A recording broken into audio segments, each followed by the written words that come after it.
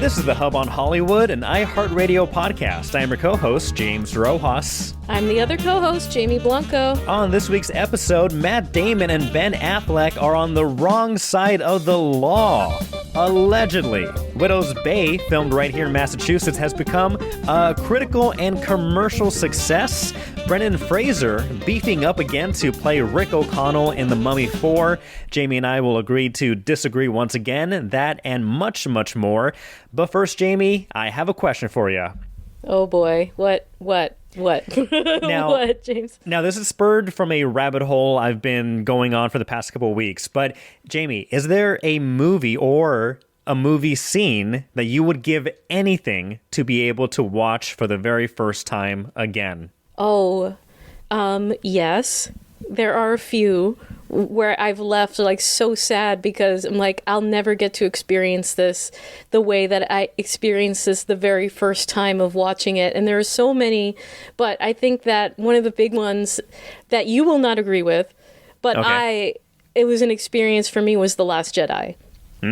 I loved everything about it, and I felt like I was watching Star Wars for the first time again, and I thought it was just unique and exciting, and the connection between Rey and Kylo Ren, like, it just fireworks, it just inspired my imagination and set a fire, like in my heart and for this fandom and for the franchise.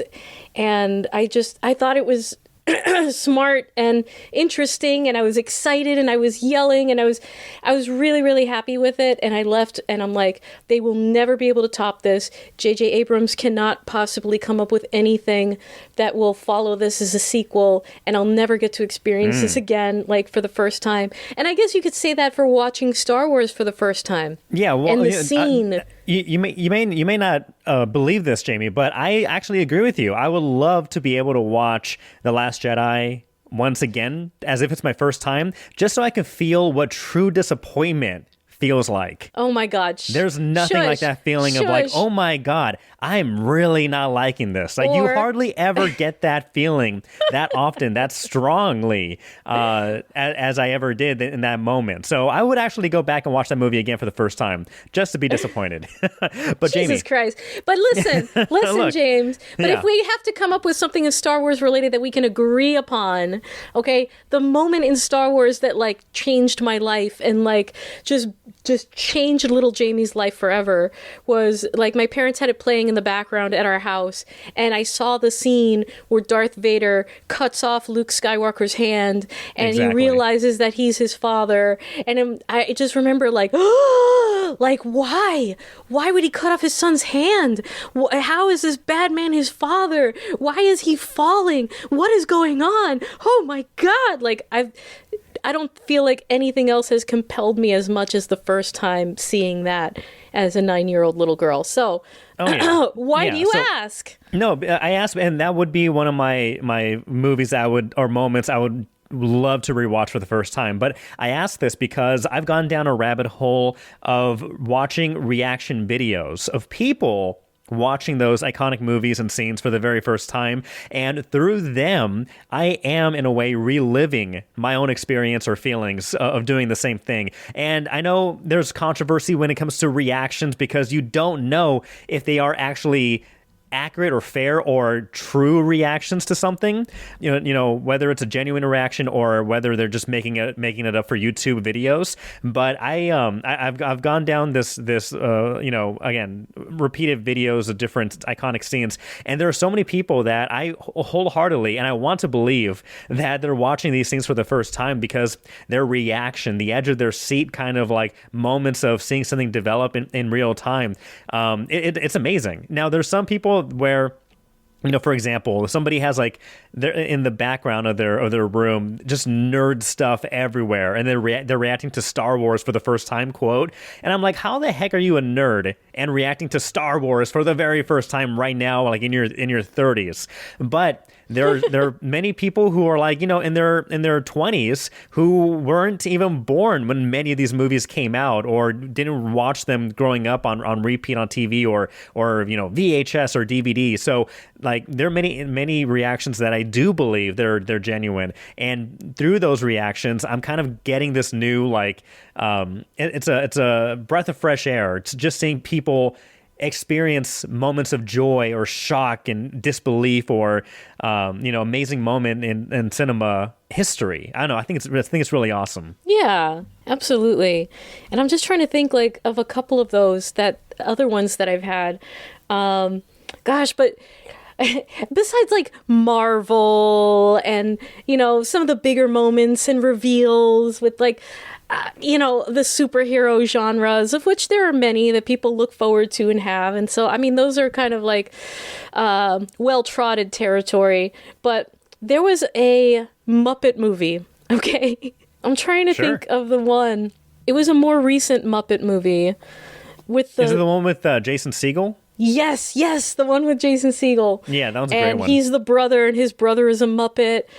I'm a Muppet. And there's a part, right, where they're singing this song where I'm a Muppet, or am I a man? Am I a man? Yes, it was so good. And then during that scene, okay, the Muppet brother, right, looks in the mirror and sees his what his human counterpart would be, and it was Sheldon from The Big Bang Theory. And I about lost my mind. And everyone in the theater, too, apparently, was very big fans. And started screaming like, "Oh my God, it's Sheldon!" That was really good casting. That's a really solid Muppet movie. There's some stinkers, but that one's a good recent one. I would, if I could, to relive several more movies. They would be very recent movies. Sinners, that whole music dance sequence. If you've seen the movie, you know what I'm talking about. Like that. I haven't felt like a scene kind of like roll through my body like in a hypnotizing kind of way in years. And this sequence in movies, in the movie theater on IMAX with the surround sound, like it was an incredible experience. So Sinners would be a great one to rewatch for the first time. One Battle After Another, car chase scene, the final and third act finale car chase scene over rolling hills of road. Again, hypnotizing is the perfect word to describe that whole sequence. Like it gets you sucked in so much.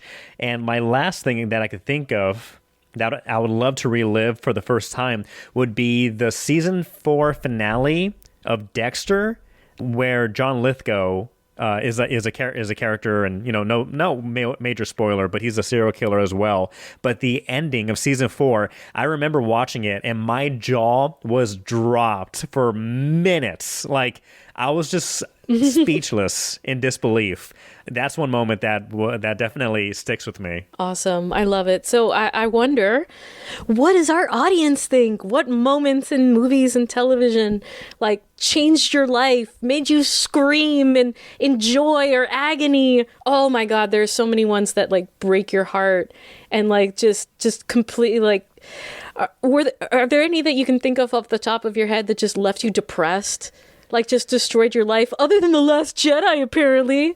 Yeah. Up was a pretty crazy way to start a movie. Yeah, that was a pretty intense way to start a movie. Another devastating movie that left me devastated. Oh man, I'm sure there's so many, but I can't think of it much right now. But yeah, Empire Strikes Back. The ending of that and the whole sequence with Darth Vader and Luke was pretty intense. I'll give you one that you'll probably agree with. But the end of Coco, when he's singing to his grandmother. I still get teary-eyed. Watching that. I cannot listen to that song without crying. I can't. Yeah. Even to this day. No, every time I hear it, I can't. I can't. No, it's a great movie.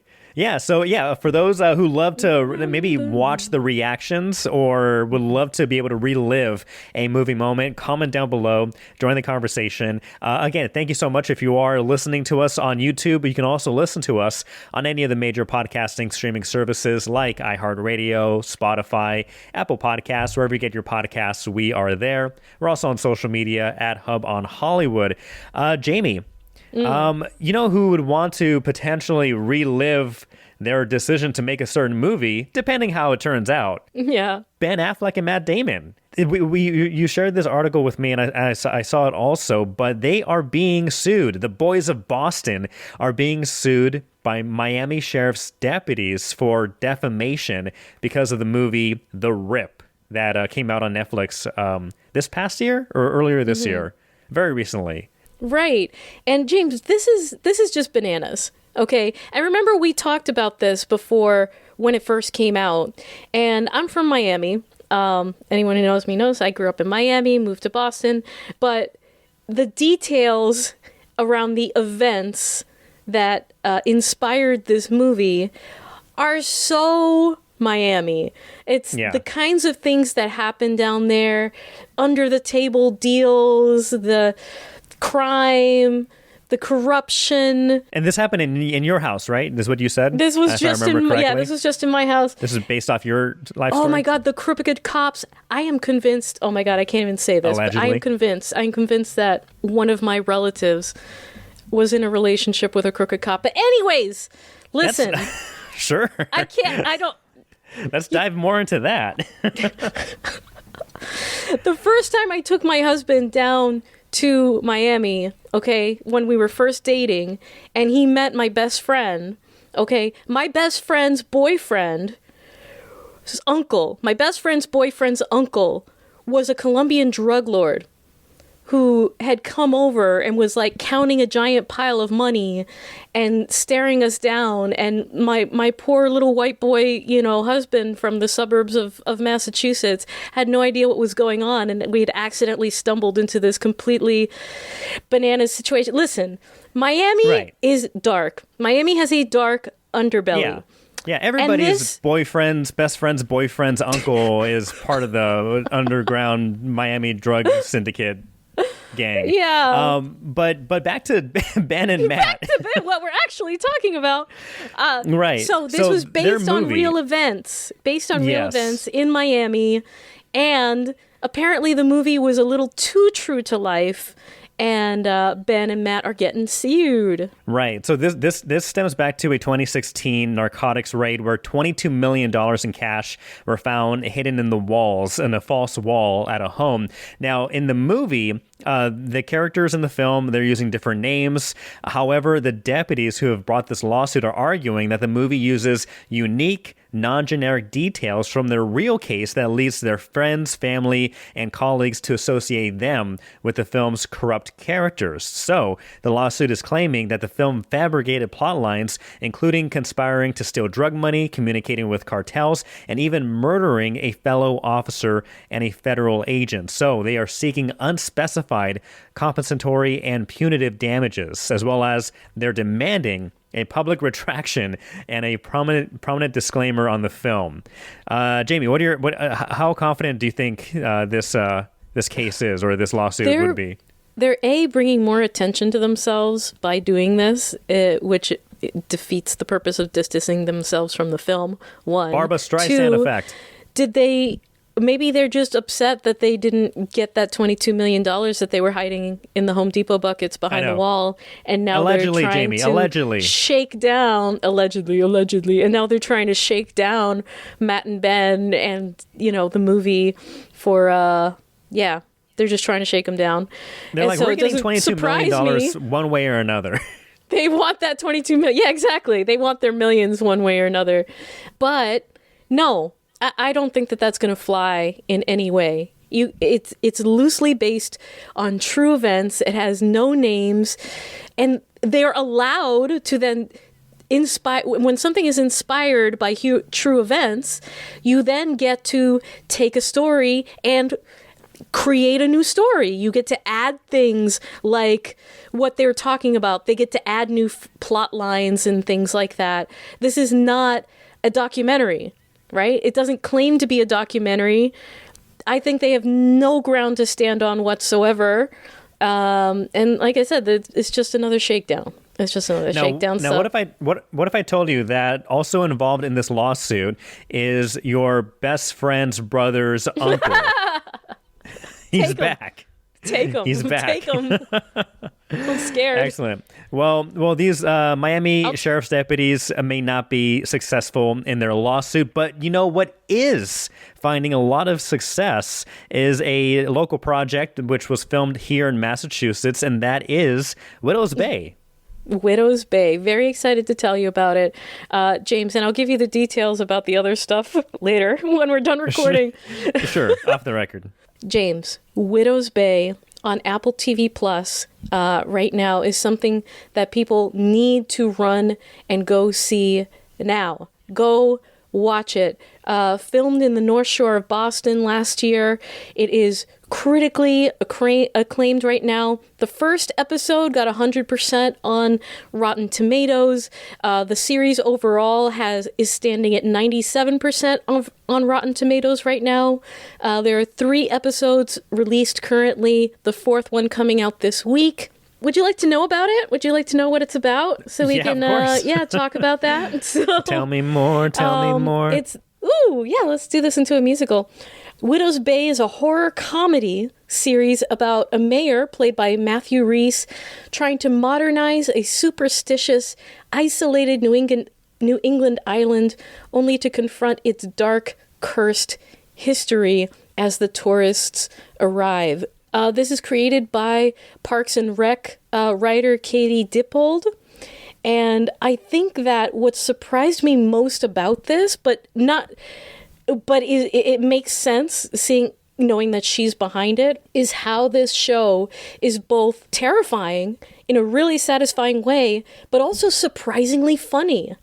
Right. I think it's got this really interesting balance of funny and scary, but in a genuine way. I feel like in this genre, right, this horror genre, it's so saturated and it's so difficult to get a genuine jump scare out of people that makes you that really reaches the audience.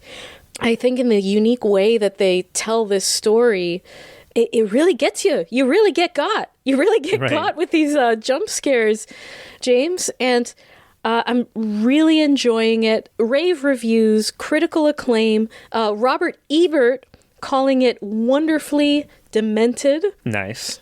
High praise. Let's see. I've got a few other ones here. Calling it a rare horror comedy that is actually scary. That the irreverent humor is front and center, but never diminishes the foreboding atmosphere, nor dulls the impact of the well-crafted jump scares, as I was mentioning before. Just great stuff, James. Just great stuff all around. So big success for the show, big success for Massachusetts filmmakers. Great success and, for actors, both. everything. Exactly. So tons of local talent, both in the background and in principal roles. One of our local actresses, a Miss Marilyn Bush, getting some really good ink in Vulture magazine. She plays a waitress at the Salty Whale. As Vulture writes it, she plays a waitress who does not give a single solitary shit about being good at her job and may be their favorite minor character on the show. So a big congratulations to Marilyn Bush for that. So local principal talent, tons of people in the background, all of our locations, and it's just got that. It's got that creepy comfort of a New England island, right? With the fishing boats, and it's like a little rundown, and it's got that natural beauty, but there's something dark and mysterious and salty about it. You know what I mean? Love it. So is this your kind of show, James? I'll definitely check it out. I don't have Apple TV Plus, so that's the only thing. So I probably won't watch it anytime soon unless it comes out on the high seas. Wink, wink, if you know what I mean. Let's just I throw won't some go any pirating further. into Yeah. the mix. Okay, sure. Just say it out loud. FBI listening. Yeah, Exactly. but I'm very happy for Widow's Bay's success, the critical response, as well as all the local work that we're seeing come about from it. Also seeing a lot of work come about Dead City from seasons 1 and 2. And I hear, Jamie, there's some potential news? Right. So earlier this year, last year, Dead City season 3, filming here in New England. We did not get a release date for it, which had made people a little bit nervous about the future of Dead City and what might be happening with the Jamie. program. We were sweating buckets about it. But it's looking like we now have a release window for Dead City, and it is sooner than we expected. So AMC setting a premiere for summer of 2026. So its international world premiere is going to be June 12th, 2026 at the Monte Carlo Television Festival. So the release window then for all of the rest of us plebeians to watch this very excellent next season of Dead City will be sometime in the summer of 2026. So we're waiting for that exact release date. But as Perfect. you know, Dead City focuses on the story of Maggie and Negan attempting to establish a new community in the chaotic post-apocalyptic world of New York and Manhattan. So this They should go by the name Megan. Megan. Yes, they should. Yeah. They should go by. Yeah. I don't want them to get together, though. That's my contribution to this topic. That's your contribution to this topic. So that's really great news. But the talk has been, right, will we get a season 4? There have been some reports out there that this might be the final season of Dead City. I think that would be a travesty because of the incredible amount of work that Dead City brings to our region.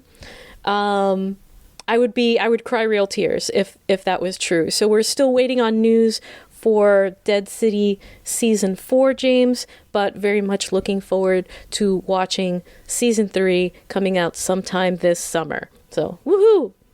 All right, Here's hoping that's go Megan. And let's go Thanks. over to our local casting calls too. I feel like we have a few, right? We do have a Just few. shout them out. Which is wonderful because the sun is shining, the flowers are blooming, About and it is time to film here in New England. There have been a number of smaller projects that have been on the ground. One of them is My Boyfriend is a Demon, being cast by Boston Casting right now. So if you're interested in that, make sure that you go ahead and sign up with Boston Casting to get all of the notifications for that. But there are a couple of very specific ones out there right now, James. So Boston Casting is looking for 12 to 14-year-old boys with theater experience for a feature film. Paid opportunity, shoots between June 1st and July 1st in Rhode Island. I imagine this might have something to do with My Boyfriend is a Demon. So if you are a 12-year-old boy listening to the Hub on Hollywood, or you know someone who is, that's our audience, and has a little bit of acting experience, send their name, date of birth, picture, and theater resume to Boston Casting Submit at gmail.com. You're going to want to write feature film / your name in the subject line for that one. James, also Slate Casting is looking for Hispanic and Asian male actors, also on the younger side, between the ages of 11 and 20, for a non-union project that pays $1,000 if cast. So if that's you, you're going to want to send your name, contact information photo and acting resume to slateselftape@gmail.com. Perfect. Perfect. And you know what else is perfect? And getting into perfect shape once again? Ooh, hey, like mister. us? Yeah. Like us. We're in perfect shape. We were just talking off mic about how lean and mean and working out machines we are. Or I aspire to be. But who is helping give us motivation is none other than a Mr. Brendan Fraser. He is, of course, reprising his role as Rick O'Connell in The Mummy 4, a sequel 20 years in the making, if not longer. But I'm so excited about this, and people are so excited to see Brendan back in the gym, working out, training, and so far, looking pretty good. I guess a picture was posted on social media, and he was talking to his fans saying that, hey, wish me luck as I'm going through this physical transformation once again. And I'm really excited, not only for Brendan to, be in a better, healthy shape, but also for The Mummy, because The Mummy 1999 is one of my favorite movies of all time. It's peak swashbuckling kind of fun adventure. Absolutely. How do you feel, though, James? How do you feel about Brendan? Because when he sort of came back out, when he reemerged in his Brendasance, he Right. had a physical change, right? He was not the same Brendan that we remember from before. He was larger, and he starred in The Whale and all of that. And I feel like there was a lot of back and forth online, and a lot of fans who came forward, poured their love out for him and defended him. And he had been through a lot. Brendan has definitely been through a lot since his Mummy days, since his George of the Jungle days, right, back in the 90s and early 2000s. So I feel like, or rather, how do you feel about him now taking on a role where he admittedly in the past sort of hurt himself to get into that level of physical shape? Yeah, I think with time comes knowledge and wisdom. And so I think he's reached that point where he knows, hey, I can't do the stunts like I used to or want to. So he's going to leave that to the professionals. He's just going to get the biceps going, trying to get that, maybe not six-pack abs, but, flatten that tummy a bit and trying to look like he can hold his own in a bar fight or in a mummy fight once again. But I think he's doing this. He's probably doing this in a very smart way with the best trainers that money can buy, the studio money can buy.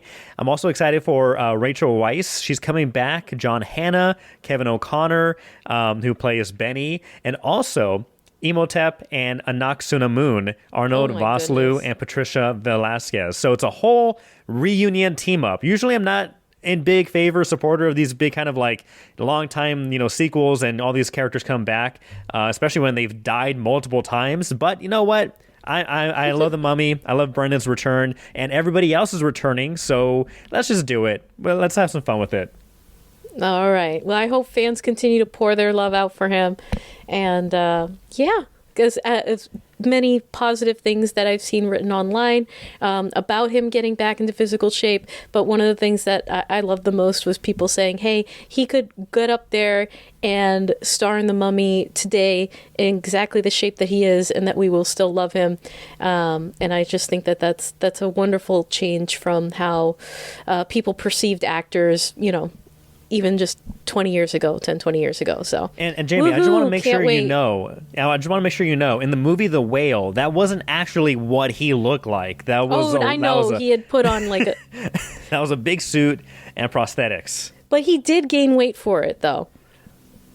He probably didn't have to with all that padding and prosthetics. Yeah. Either way, happy for him. And I'm also happy about a move that Nate Bargatze, a very funny comedian, has made that I think could help movie theaters, bring back, if not large audience numbers, at least families. And that's because he is coming out with a new movie called The Breadwinner. It comes out May 29th. And it's about, it's one of those, good for all ages movies, for kids, for parents, for grandparents. He even says that the dog and cat can even come over and watch this movie. This would be a great time for them. But he recently went on Instagram and said that he has partnered with not only AMC, but also worked out deals with Cinemark and some other movie chains to have discounted ticket rates. So, for example, AMC, they're going to be, for all showtimes, they're going to be charging or using matinee pricing. And Cinemark, they're going to be using discount prices for as much as 25%. And I think this is a big deal because, as I said, this is a family movie. And families notoriously recently have not been wanting to go to the movie theater because you can easily rack up a bill of well over $100. And you know, most movies are not that good. But if you can go in on a discounted price, discounted rate, I think that makes it worth it. What do you think? Oh man, with everything that's going on right now, this is something that families desperately need, right? We all need a little bit of a win. We need to focus on families again and helping people honestly get through what is happening in the world right now, James. And that's why we love movies.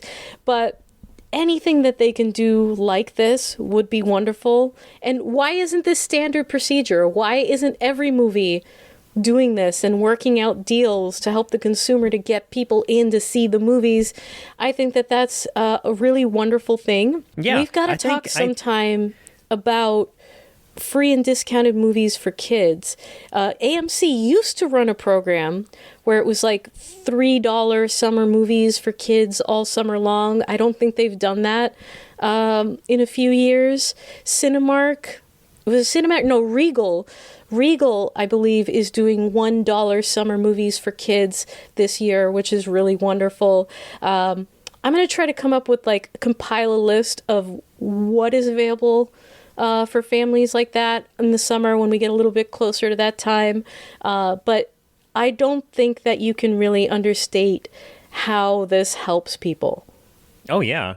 No, yeah. And I feel like, again, if it's especially a family movie where you are trying to bring in families of 3, 4, 5, heck, people have 6 kids. It's crazy. It's bananas. Goodness, stop. Just like a whole bushel of bananas of kids. And so, yeah, if you want to bring the whole family into theaters and, not have them easily say, you know what, we'll just watch it at home on the couch when it comes to streaming, one of the many million streaming services we have, let's reduce or give a discounted rate, encourage those families to come out. Look past the big duffel bag full of snacks and everything else they brought in. Just get them into the routine of wanting to go to the movie theater again. And then when you have all these other movies, these big blockbusters or other films, then, that will be run at normal rates, people will want to go. So I think this is a good thing that Nate Bargatze is doing. He's calling it the Nate rate. So I am all for that. And Jamie, that leads me